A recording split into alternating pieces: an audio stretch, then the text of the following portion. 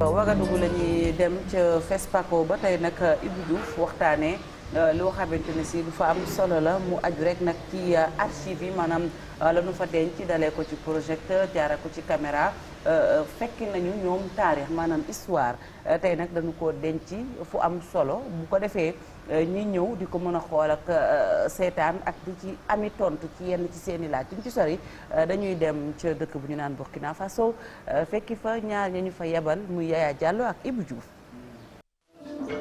ci bërëb bi boo fi ñëwee di nga fi fekk ay jumtuwaay yu lay won jaar-jaaru cinéma maanaam liñ doon jëfandikoo ba mën a yegg si fii loole nag la ñu dëxëñ denc ko fii ci cinémathèque africaine nekk ci Ouagadougou. Pour moi, je pense que non, le patrimoine, c'est d'abord le patrimoine est en nous. lii patrimoine la ndax bu ñuy wax ci wàllu film cinéma dafay ñëwaat suñu jaar-jaar suñu nekkin ak ni ñu toll lu mel noonu nag soo ko amee foo nga sàmm ko bu baax moo tax ñu def kem kattan ngir li nga xamante ne suñu maam yi ñoo ko fi bàyyi ñu sàmm ko bu baax a baax. Donc ces mémoires afin donc de le pérenniser. muy ay jumtuwaay yu am solo yu ñu doon jëfandikoo ngir mën a defar ay film loolu nag boo fi ñëwee ba léegi di nga ko fi fekk ñu denc ko bu baax a baax. De la cinémathèque. Il faut dire que non, on a plusieurs supports qui sont. fii nag boo fi ñëwee di nga fi fekk ay pellicule yu 35 millimètres 16 millimètres 8 millimètres am nañ tamit ay VHS am nañ Betacam ay imatic ak yeneen support numérique comme DVD ak mini DV loolu yëpp mu ngi fi. DVD voilà et des mini DV. kilifa yi liggéey ci bile cinémathèque dinañ def kem kàttan ngir sàmm ko bu baax a baax aar ko. fësal ko tamit ba askan wi teg ci gët. La cinémathèque au fait c'est deux vocations. waaw cinémathèque nag buñ ko waxee am na ñaari pàcc yoo xam ne da ci am solo lool nees def ngir askan wi mën a xam film yi fi nekk beneen bi nag mooy valorisation maanaam jëmal ko lu aju ci wàllu digitalisation nag maanaam fexe ba ñu mën ko denc bu baax am na lu ci des waaye sax loolu mooy sama mission li ma bëgg a def mooy def ab inventaire xam li fi nekk su ko defee nag lépp lu aju ci ni ñuy sàmmee cinémathèque bi ñu taxaw ci bu baax a baax. à la cinémathèque. xew-xew FESPACO bi ñu jagleel wàllu cinéma dina may tamit cinéphile yi maanaam ñiy safoo wàllu cinéma ñu ñëw ci bile cinémathèque xool jaar-jaaru cinéma fii ci Afrique ak jumtuwaay yi nga xamante ne cinéaste yu njëkk yi moom lañ doon jëfandikoo loolu boo ko saytoo rek di nga xam fa mu jóge ak fi ñu tollu tey ci wàllu cinéma. Des appareils témoins de l'histoire mën nañ ko waxee noonu parce que tey am na ci ay chefs-d'œuvre yoo xam ne yi ngeen di gis ñoom ñoo ko liggéey Ibou Diouf ñu koy jaajëfal bu baax et moi vraiment je t'envie beaucoup Ibou découverte 7e art et puis am la chance de regarder ay films yoo xamante ne si macha allah Cheikh Tidiane. surtout archive dafa baax. ci réew. parce que soo xoolee ñun bi ñu nekkee xale ñi ngi doon seetaan ay films yoo xam ne c'était très instructif te tey jii pour nga gis leen ñu leen di diffuser ci télé yi sax c'est compliqué parce que je me rappelle il y a 2 ou 3 mois ci ginnaaw dama toog sama kër rek ñu proposé ma benn film Yaaba xam naa ne boobu rappelé mais maa ngi seetaan film bi pendant 1h30 dama dellu carrément sama xal bi ma nekkee xale et puis tu revois le film tu comprends mieux ay affaires yu ñu la doon expliquer yoo xam ne jamono boobu comprendre ko woon daf ñuy won njëriñu lii rek moo ne ni quand même archive dafa baax ci réew surtout archive cinématographique je pense que c'est une bonne chose te ni ko Ibou waxee je pense que autorités yi war na ci gën a jàpp gën a moderniser affaire bi gën leen jàppale ngir ñu mën a denc chef d'œuvre yi nga xam ne ñoo fa nekk. C'est ça, Chérif? Bien sûr, parce que nous on a un problème avec notre patrimoine déjà muy buñ ci mën a doon. en fait suñ histoire benn lien parce que des fois dañuy fàtte wala duñ delluwaat ginnaaw te lii ku ne xam na ni FESPACO déjà exemple la gis nañ taxawaay bi nga xamante ni mooy. festival cinéma bu fii ci Afrique ñu ngi koy def pour la promotion du cinéma africain. boo demee Burkina Faso parce que foofu la ñoom ñu rawee te je pense que c'est un grand pays c'est pas pour rien ñu naan pays des hommes intègres.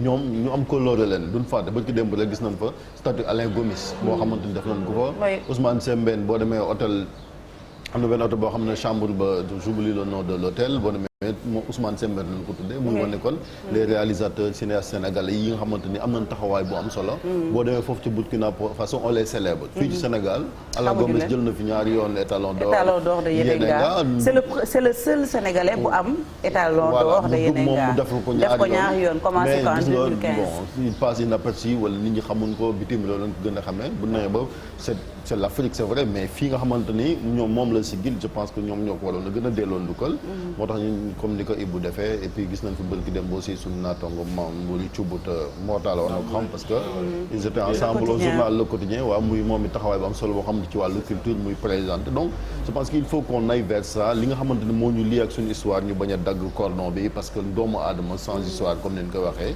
du dara et puis tamit patrimoine bi ñu koy sauvegarder su ko defee ndaw ñi aussi ñu leen koy xamal ñu mën cee roy pour dem les Burkinabés quand même comme ni nga ko waxee un peuple très reconnaissant et actuellement ils sont en train de célébrer ñoo xam ne gaañu nañ ci année bi ku ci mel ni Ngaïdo on a boo demee si duggee si image ñoom ngeen gis seen nataal a ngi fépp donc ñu ngi leen di fàttaliku je pense que c'est une façon de rendre hommage à ces hommes de culture mortale. waaw il faut pas les oublier. je pense nit ñi dem marquer de leur empreinte le cinéma africain.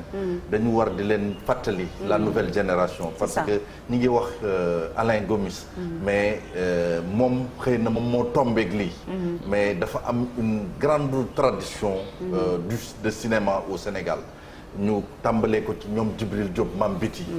ñoom peut-être Ousmane Sembène. mais ñooñu dañu marquer le cinéma africain à travers film yu ñu doon def. parce que parfois on s'arrête sur les titres ni lii la ñu gagné. mais les productions. boo ko seetaanatee da nga day wax ni c'est des productions de qualité. te loolu je pense. mais Gelwaar boo koy seetaan ba léegi c'est comme c'est actuel. Gelwaar xoolal boo xoolee liñ ko doon filmé. et puis la pirogue Moussa Touré. 2015 bu ñu jël étalon bronze de Yenenga. c'est ça c'était sur l'immigration clandestine. et quand tu regardes encore le film c'était comme si hier lañ ko def. c'est actuel c'est un thème actuel te. de grand monsieur. mérite la ñu am parce que quand même avec des moyens dérisoires parfois mais yoo xam ni dañuy taqale di jël di travailler avec des artistes ñu proposer leen des choses amuñu woon sax budget bu mat ñu parvenir à faire des œuvres qui sont restées dans l'histoire comme ça je pense am nañu un énorme mérite parce que li ñuy fàtte souvent fàtti mooy film dafa am une idéologie qui se cache derrière man bu ma defaree un film sénégalais ma koy wan burkinabé dafa am benn disons cosaan dafa am une façon de se comporter une façon de vivre un art de vivre un art d'être benn taxawaay boo xam ni sénégalais yi dañ koy taxaw sénégalais yi dañ koy comporter wu moom laay wane te loolu wan ko ñeneen ñi ñu apprécier ko je pense amul fay. Et puis en citant les grands réalisateurs là on n'oubliera pas également Joseph Gaïra Maka. Joseph Gaïra Maka par exemple. Moussa Sène Absa. Moussa Sène Absa waaw Moussa Sène Absa. c'est vrai que la nouvelle génération. ñu fi gis sànq. ay normalement Sénégal je pense que suñu liggéey yooyu. quand tu regardes tableau ferraille. tableau ferraille. Madame Brouette tableau ferraille. Gelwaar le mandat. bon loolu aussi il faut que les télévisions aussi. xala il faut ces longs métrages là ñu koy wane waat. absolument non am nañu kii je pense ñun am nañu benn effort bu ñu def déjà. mooy que ni boo seetee ni les séries disons espagnoles doon impacté.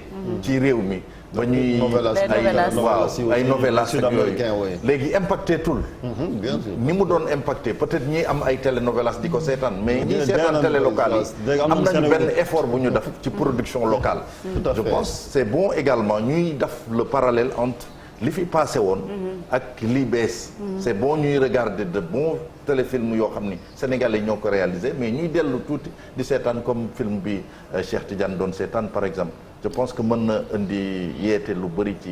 bon mais il y a un travail à faire aussi au niveau du ministère de la culture. Absolument. Comme ni ko parce que fii Sénégal ni ñu ko doon déplorer on a plus de salles de cinéma. par exemple boo xamante ni nit ñi mën nañ fay dem di seetaan ni nga koy waxee noonu. loolu aussi ak càggante la sur la corniche cinéma bi fa nekk ñu tuddee ko Sembène bon.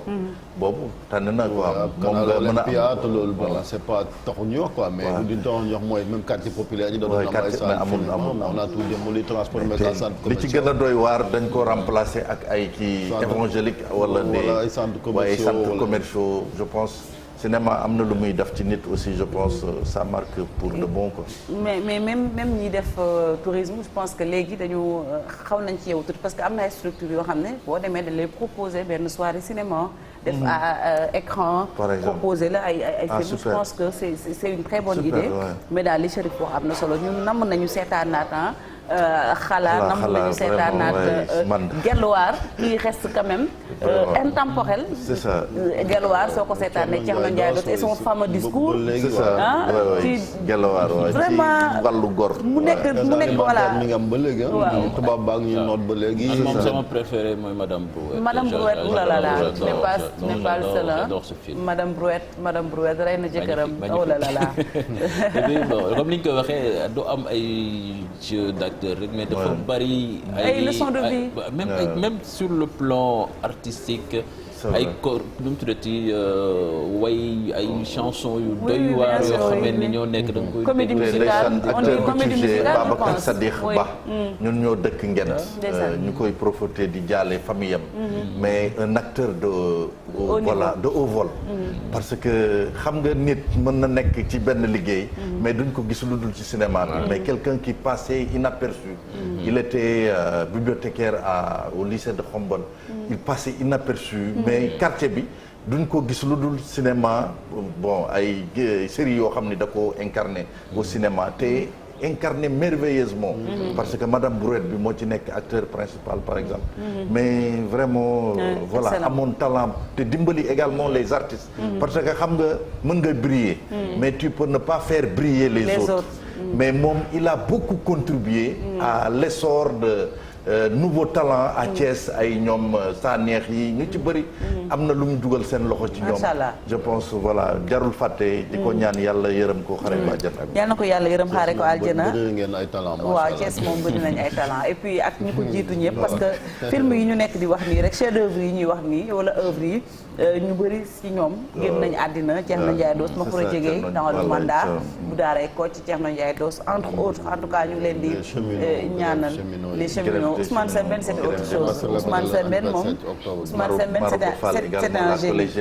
c'était un génie Marouba la collégienne avec Joséphine notre collègue qui est devenue voilà qui n'est plus collégienne Joséphine ñu ngi lay nuyu on te fait un coucou devenue une mamie elle est devenue Pape Djibril ñu ngi leen di nuyu alors leen di seetaan Pape Djibril Fall merci beaucoup aywa ñu dem léegi ci éducation ñu jàll ci beneen sujet fële ci diwaanu Kédougou moom la ñu gis rek mooy CRD bi ñu fa waxtaanee lu jëm ci wàllum tijjite l'école gi dañu gis ne ay jàngalekat dañu faa doyut lim bi ndax nee ñu ren lu jege 300 yu manqué ñeent ci ay jàngalekat jóge nañ fa ba tax na nee ñu ren li ñu soxla ci ay jàngalekat ñu ngi toll ci 400 ak fanweer lim bi matagul tax na gune yi dañuy wàññi seeni heure léeg-léeg ñu boole leen ab classe muy ay jafe-jafe yoo xam ne faaw ñu def ci taxaw seetlu ngir mën a jàppale gune yi ñu dem Kédougou fekki fa Ibrahima Diabaxate ci loolu bi ñu amaloon dëmb te ñu jagleel ko ci ubbite école yi nemmeeku nañu ay jafe-jafe yu bëri ci école yi nekk fii ci diwaanu Kédougou bëri waaye abri provisoire yi ñàkkum ndox ak courant ci école yi bëri doon ay jafe-jafe yi système bi jànkonteel fii ci région bu Kédougou ba tax na sax autorité administrative yi yëkkati seen kaddu jàmmale ko ci askan wi pour que ñu mobiliser wu jaamarloo ak jafe-jafe yi.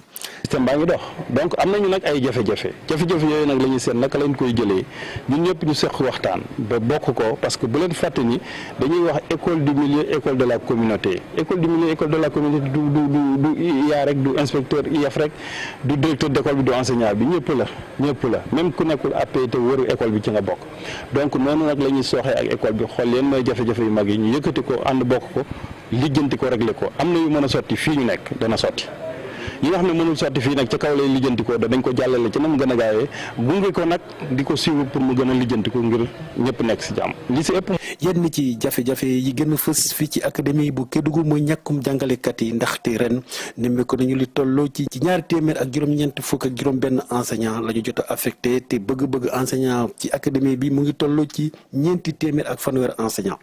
Kédougou dafa nekk comme ci zone yi reculé yi nga xam ni zone grand départ la li fi jógee ci enseignant bari na te li ñëw bariwul boo xoolee li fi jógee en tout boo xoolee boo xayma instructeurs yi c'est plus de 100 egg na ci 169 ñaata ñoo ñëw 15 ñoo ñëw waaw egg 185 plutôt ñaata ñoo ñëw 16 ñoo ñëw nga jël les enseignants du moins 111 ñoo départ ñaata ñoo ñëw 13 ñoo ñëw donc boo boolee ñaari rek nekk na ñaari téeméer ak tax tegal yoo xam ne ay enseignants yoo xam ne dañ leen war a remplacer waaye nag est-ce que le temps ñu remplacer leen est-ce que xale yi dañ leen bàyyi ñëw bu seen kër duñ ko def.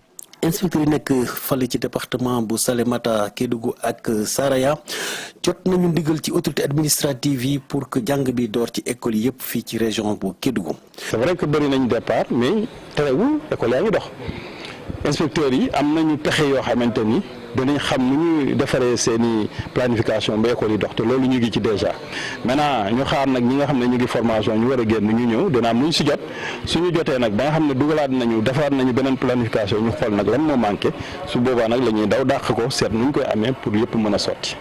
fu mu nekk nii balaa sortant Pastef yi di ñëw bari nañu ay chef d'établissement yi wàññi heure professeurs yi ci lycée ak collège yi waaye ci école primaire yi multigrade yi la ñu gën a faratal pour que école bi mun a dox bu baax a baax fii ci région bu Kédougou. Ibrahima Diabakhate ñu sant la bu baax gërëm la Mortala un mot ci déficit enseignant je pense que jafe-jafe la quand même ci gox yu fasantikoo yi mooy l'intérieur du pays même fii sax à Dakar et ça pose problème quand même. waaw ça pose problème et ça interpelle également parce que xale yi également dañoo soxla ku leen taxawu ci njàng mi. waruñu xaar rek ban ni këtt ni jot na examen jot na. ñu ci commencé di def ay cours de renforcement je pense. war nañu commencer léegi. ci démarrage année bi. comme dañuy am ay grève cyclique. ñu démarrer parce que man j'ai beaucoup déploré.